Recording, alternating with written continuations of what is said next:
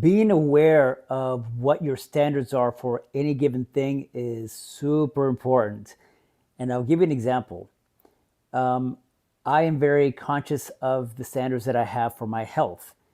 And when I get to a certain point where, let's say, with the holidays come around, and I start to realize that I'm kind of going a little crazy, eating too many cookies, too many pastries and stuff, then I have to kind of reel it back because I have a certain standard for myself that I do not allow myself to get below that. So, but this is what a lot of people do, and that is they're not aware of what their standards are. And this could also be for money, this could be for relationships, it's not just health.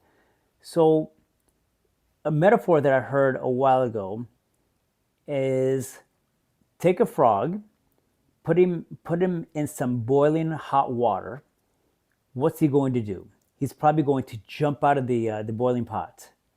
Now you take a frog again and you put him in just some regular water in a pot, and you slowly turn up the heat.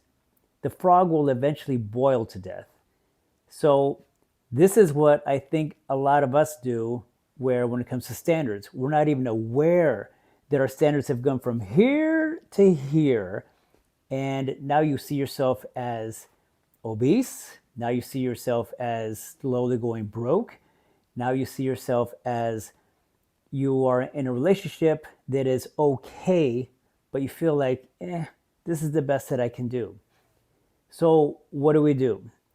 You need to first become aware of what your standards are for yourself. And when I say that, I'm talking about if you are aware that you have a low standard for, like, let's say, for relationships, then ask yourself, what is it you want out of a relationship and why? And then you can write that down, and then now that becomes your new standard for yourself. Same thing with money, same thing with health. Ask yourself, first be aware of it, of where you're at, and then ask yourself, what is it you want? And then answer the question of why. Why is this important for me? And then when you get honest, now you can raise your standards for yourself.